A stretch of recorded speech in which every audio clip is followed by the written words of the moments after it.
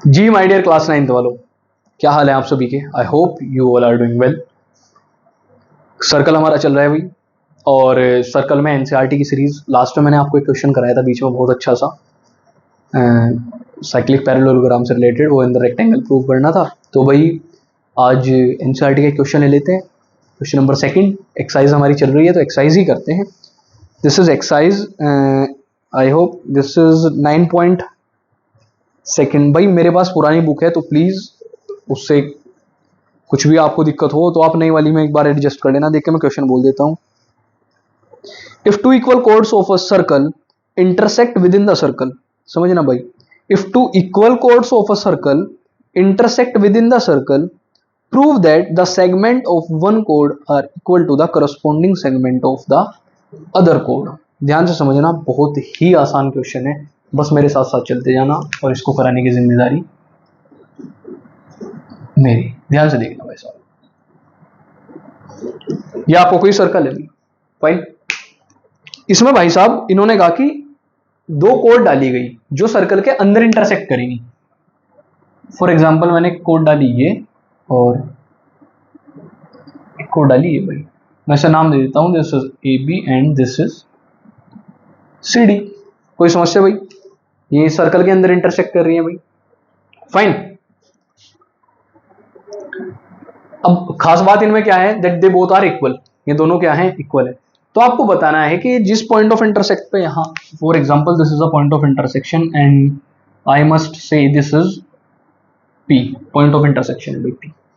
ये कह रहे हैं कि करस्पॉन्डिंग कोड एक दूसरे के इक्वल होंगी। करस्पॉन्डिंग का मतलब है कि छोटे वाली छोटी के इक्वल और बचा हुआ हिस्सा बचे हुए के equal.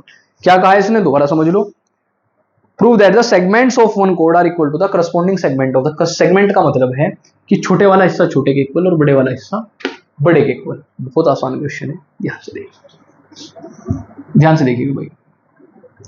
Late this is O and O is the centre of the circle. और आपको पता है कि हम अगर ओ से परपेंडिकुलर डाल दें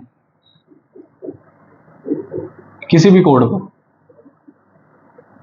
क्या करेंगे भाई साहब, ये कोड को बाइसेक्ट कर देंगे। क्या कर देगा, कोड को बाइसेक्ट कर देगा, ठीक है।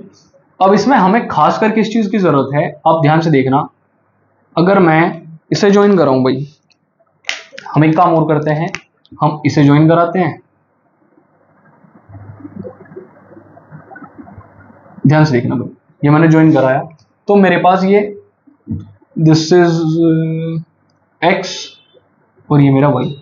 देखो कोई दिक्कत, ये आपका डायग्राम रेडी है, ठीक है। अब चीजें समझना ध्यान से। अब मुझे एक चीज बताओ भाई, मुझे एपी और सीपी को इक्वल लाना है, उसी हिसाब से मुझे डीपी और बीपी को इक्वल लाना है। तो भाई मुझे इसकी बहुत आवश्यकता पड़ेगी, पीएक्स और पीवाई की। पीएक्स और पीवाई मेरे लिए यहां वरदान है, और पीएक्स और पीवाई को ही फोकस करना है। तो भैया क्या किसी तरीके से मैं इस पीएक्स और पीवाई वाले टुकड़े को इक्वल कर सकता हूं? यही तो मुझे करना पड़ेगा। अब ध्यान से देखना हम करने क्या वाले हैं भाई।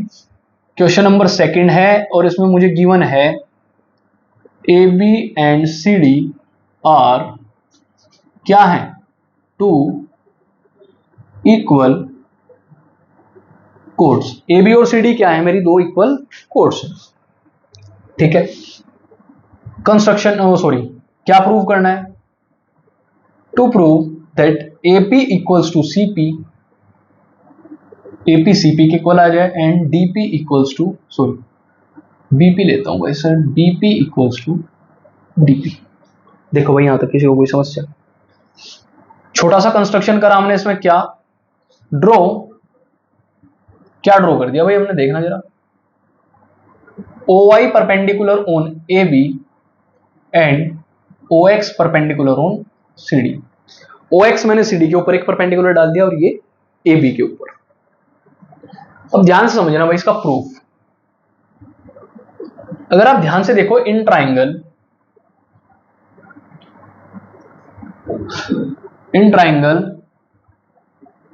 PXO एंड ट्राइंगल, एक PXO लिया एक PY, ठीक है भाई। क्या यहां से मेरा, ध्यान से समझना भाई, ये चीजें मैं आपको जरा अलग उससे लिख देता हूं। क्या एंगल PXO मेरा एंगल PYO के इक्वल है? आप कह दोगे सर दोनों 90 डिग्री हैं, इक्वल हैं, ईच 90। बताओ भाई, यहां तो कोई समस्या। सेकंड, अब इसके सामने क्या ओपी मेरा ओपी के इक्वल है? आप कह दोगे सर ये तो कॉमन है, ये क्या है? कॉमन है। क्या है? कॉमन है। पर भाई देख, दूसरी चीज समझ लो बेटे जरा, आप ये जो OX और OY है ना, ये भी आपके इक्वल हैं। OX और OY क्या है? आपके इक्वल है। अब आप कहोगे सर इनका रीजन याद करो, perpendicular from the centre to the कोड। एक सेकेंड भाई, equal chords are equidistant from the centre. Fine, equal chords are, या फिर आप डायरेक्ट लिख दो सर फ्रॉम थ्योरम। अगर किसी को कभी भी ऐसे स्टेटमेंट याद ना आए तो आप थ्योरम लिख देना। पर स्टेटमेंट में आपको बता रहा हूं that equal chords are equidistant from the centre. ये दोनों इक्वल कोड्स हैं तो इक्विडिस्टेंट रही होंगी सेंटर से। समझना भाई। तो क्या मैं इसके बाद यहां तुरंत कह सकता हूं कि hence triangle PXO is congruent to triangle PYO? किससे? By RHS criteria, by right angle hypotenuse one of the side. कोई समस्या? आप कहोगे सर कोई समस्या नहीं है। अच्छा, अगर समस्या नहीं है तो क्या मैं यहां से कह सकता हूं देन, समझना भाई अब ध्यान से, क्या मेरी PY और PX इक्वल है? क्या मेरी PX और PY इक्वल है? PX यहां से उठाई, PY यहां से उठाई, और ये दोनों इक्वल आई बाय CPCT, और इसके लिए मैंने एक इक्वेशन तैयार कर दी, दिस इज 1। अब बताओ कोई समस्या यहां तक? और समझो भाई, ऑल्सो आप इसमें अगर ध्यान से ऑब्जर्व करोगे तो क्या इसके अंदर मेरा AY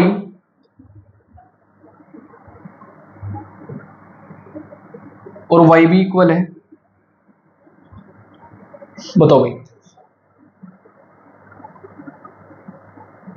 अब देखो यार, मैं आपको ना इसके अंदर कुछ एक बारीक सी चीज और समझा दूं भाई, जिससे आपको कंफ्यूजन ना हो। 1 मिनट के लिए देखना भाई। देख, ये मेरा PX और PY है। आप समझना, अगर ये, आपको लिख के समझाता हूं। सिंस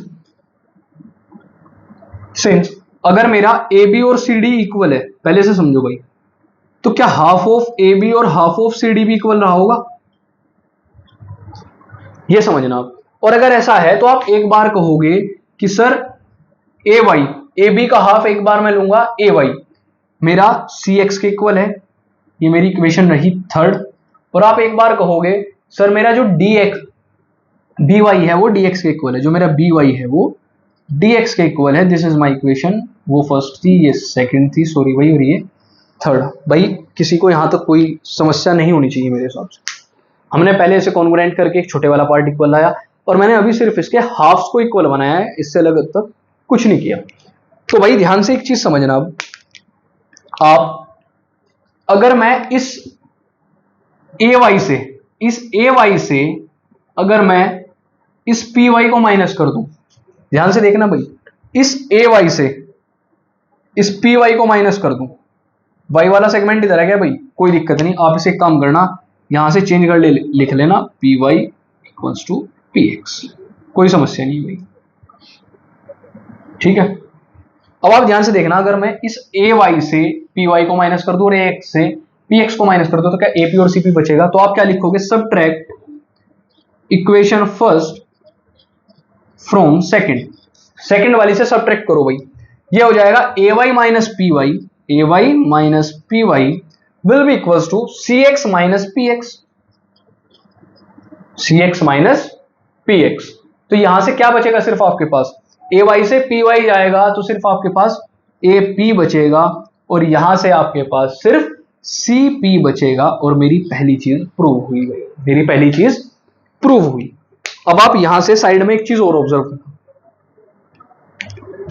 देखो भाई, अब आप सेम चीज यहां करना। नाउ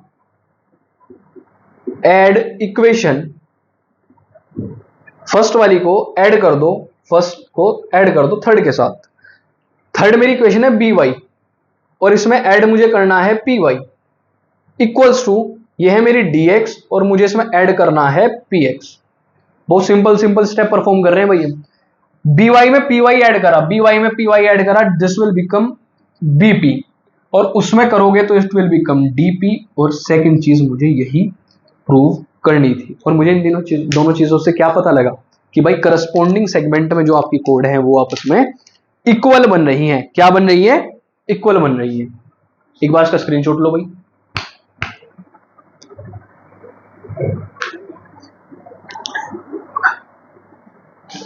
जी माय डियर मित्रस, अब ध्यान से समझ लो, ये क्वेश्चन निहायत ही आसान था। बस आपको एक चीज का ध्यान रखना था कि कहां कौन सी चीज स्टक कर रही है। जैसे अगर मैं परपेंडिकुलर डालूंगा तो इसको बाइसेक्ट करेगा, फ्रॉम थ्योरम है। जैसे आप यहां से इसे और इसे इक्वल लाओगे तो सिंपल है, आपको कॉन्ग्रुएंसी परफॉर्म करनी पड़ेगी। उसके बाद आपको एक बार एडिशन, एक बार सब्ट्रैक्शन, और आपको क्वेश्चन समाप्त। अब आपको मिलते हैं नेक्स्ट क्वेश्चन में, नेक्स्ट वीडियो में, बहुत बेहतरीन से तरीके से, बहुत बेहतरीन क्वेश्चन के साथ। तब तक के लिए ध्यान रखें, स्वस्थ रहें, मस्त रहें और पढ़ते रहें। Bye bye.